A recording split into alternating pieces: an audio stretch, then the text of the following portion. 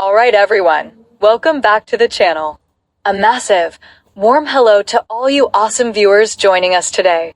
Seriously, thank you so much for clicking and being curious. Before we dive into today's hands-on adventure, sending out the biggest virtual hug and all the positive vibes your way. Wherever you are right now, whatever your day has been like, I truly hope you're feeling fantastic, full of energy, and staying healthy. Taking care of your amazing body is the most important thing, and that includes those hardworking lungs. May you always breathe easy and feel great.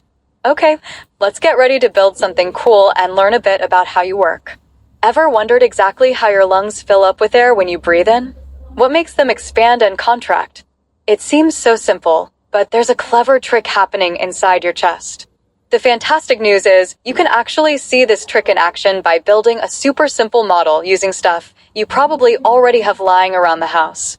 So, the question is, can you build a simple lung model? The answer is a huge yes, and we're going to do it right now. Think about your lungs for a second.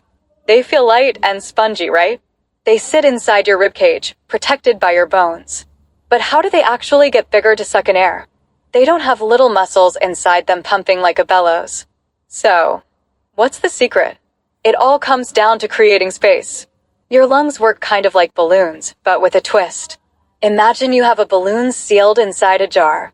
If you could somehow make the space inside the jar bigger, what would happen to the balloon? The air pressure inside the jar would drop just a little bit compared to the air pressure outside. Because nature likes things to be equal, air from outside the jar would rush into the balloon to try and balance out that pressure difference. The balloon would inflate. This is essentially the magic trick your body uses for breathing in, called negative pressure breathing.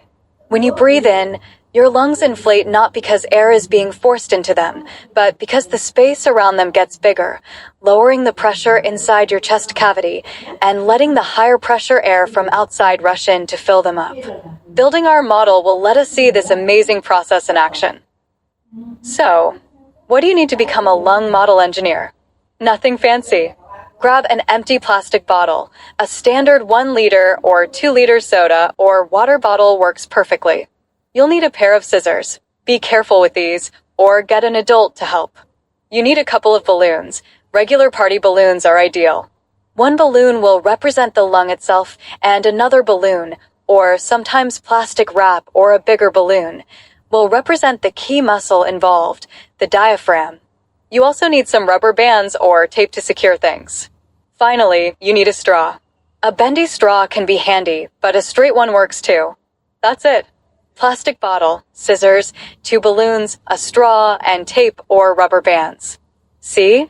Told you it was simple stuff. Let's get building. First, we need to prepare our chest cavity, which is the plastic bottle. Take your bottle and carefully cut off the bottom third. An adult should definitely help with this step if you're young. Plastic can be tricky to cut. You want to cut it as cleanly as possible. So now, instead of a closed bottle, you have an open-ended cylinder. The top part, with the cap still on, is like your upper chest and neck area. The big open bottom is where our diaphragm muscle is going to go. Set this bottle piece aside for a moment. Now, take one of your balloons. This will be our lung. Blow it up just a tiny bit and let the air out again a couple of times to stretch it slightly and make it easier to work with. Then, take the neck of this balloon, the part you usually blow into, and stretch it over one end of your straw. You want a good seal here. Use a small piece of tape or a small rubber band to secure the balloon neck tightly around the straw. Make sure no air can leak out around the edges. You should now have a straw with a balloon attached to one end. This straw is like your trachea, windpipe, leading down to the lung. Next, we need to install this lung and trachea into our chest cavity. Take the bottle top, the part with the cap still screwed on. Carefully poke the straw through the bottle opening. Push it down until the balloon is hanging down inside the bottle. The straw should stick out through the bottle opening. Now, screw the bottle cap back on tightly around the straw.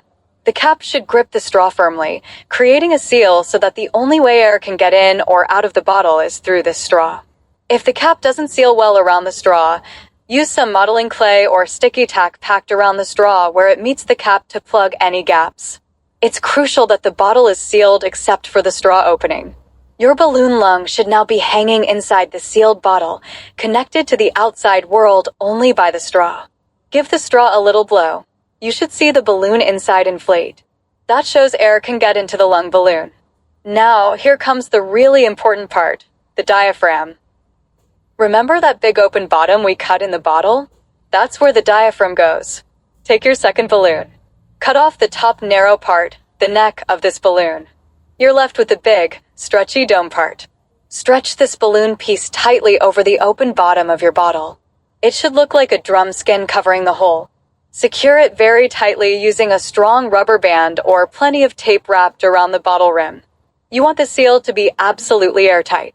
This stretched balloon piece is your diaphragm model. The diaphragm is a real muscle in your body, a big, strong, dome-shaped sheet of muscle that sits underneath your lungs, separating your chest cavity from your abdominal cavity. It's the main muscle responsible for breathing. Your model is now complete. Bottle equals ribcage/chest cavity, straw equals trachea/windpipe, small balloon inside equals lung, big balloon stretched over the bottom equals diaphragm. Time to see breathing in action. Here's the moment of truth. Your model is sitting there. The lung balloon inside is probably deflated. Now, gently pull down on the center of the balloon diaphragm stretched over the bottom. What happens? Look inside. Your lung balloon should inflate. It fills up with air. Now, slowly let go of the diaphragm balloon and let it move back up to its original dome shape. As you release it, the lung balloon should deflate, letting the air out. That's exactly how your real lungs work. Let's break down why. When you pull down on the diaphragm balloon, you're making the space inside the bottle bigger.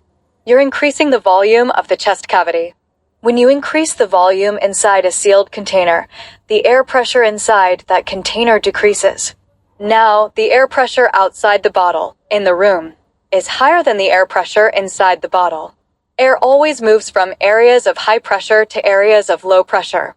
So, the higher pressure air from outside rushes down the straw and into the lung balloon to try and equalize the pressure. That's what inflates the balloon. You didn't blow into the straw. You just created low pressure inside the chest cavity and the air rushed in all by itself. That's inhalation. When you let go of the diaphragm balloon, it springs back up to its domed shape. This pushes upwards into the bottle, making the space inside the bottle smaller. Decreasing the volume inside the bottle increases the air pressure inside. Now, the air pressure inside the bottle and inside the lung balloon is higher than the pressure outside. So, the air naturally flows out from high pressure inside the lung, back down the straw, to the lower pressure outside. The lung balloon deflates. That's exhalation. It's a beautiful demonstration of physics and biology working together. Your real diaphragm muscle contracts, flattens, and moves down. When you breathe in, making your chest cavity bigger and creating that lower pressure that sucks air into your lungs. When it relaxes, it domes back up, decreasing the chest cavity space, increasing the pressure, and pushing the air back out. It's all about changing the space and letting air pressure do the work. This simple model is surprisingly accurate in showing the core principle. But like all models, it has limitations, and that's actually a great thing to think about. Your real ribs and intercostal muscles, muscles between your ribs, also help expand your chest cavity upwards and outwards when you take a deep breath, not just the diaphragm moving down. Our bottle model only shows the diaphragm's action. Also, you have 2 lungs, not 1. And your lungs aren't balloons. They are complex, branching structures made of millions of tiny air sacs called alveoli where the real gas exchange happens. Our balloon just represents the overall expansion. The straw represents the trachea, but in reality, air travels down branching tubes called bronchi and bronchioles to reach all parts of the lungs. And finally, in our model, we actively pull the diaphragm down.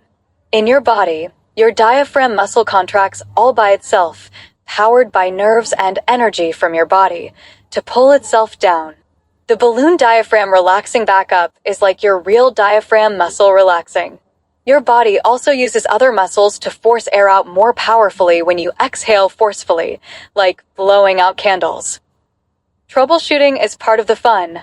If your lung balloon isn't inflating when you pull the diaphragm down, The most common problem is an air leak. Check everywhere. Is the balloon lung sealed perfectly to the straw? Is the bottle cap sealed tightly around the straw? Is the diaphragm balloon stretched taut and sealed completely around the bottom rim of the bottle? Any tiny leak will let air sneak in or out without going through the straw, ruining the pressure change. Also, make sure you're pulling the diaphragm straight down, not just tugging sideways. If the diaphragm balloon is too loose, it won't create a good pressure change.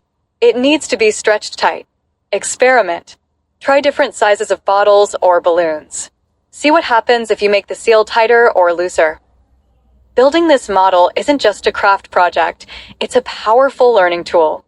Seeing that balloon inflate without blowing into the straw makes the concept of negative pressure breathing click in a way words alone can't. You can feel the resistance when you pull the diaphragm down. That's like the work your real diaphragm does. You can see the direct cause and effect. Pull down, diaphragm contracts, equals lung inflates. Inhale, let go, diaphragm relaxes, equals lung deflates. Exhale. It makes you appreciate the incredible design inside your own chest. Every single breath you take right now relies on this same principle demonstrated by a plastic bottle and a couple of balloons. It's a fantastic project to do with kids, in a classroom, or just for your own curiosity. It connects abstract biology to something concrete you can build and manipulate with your hands. So, yes, you absolutely can build a simple lung model, and it's a brilliant way to understand the beautiful mechanics of breathing. Give it a try. See the magic of pressure at work, and take a moment to appreciate the amazing, automatic process keeping you alive every second. Thanks so much for building and learning with me today. Stay curious, stay healthy, and keep breathing easy. See you next time.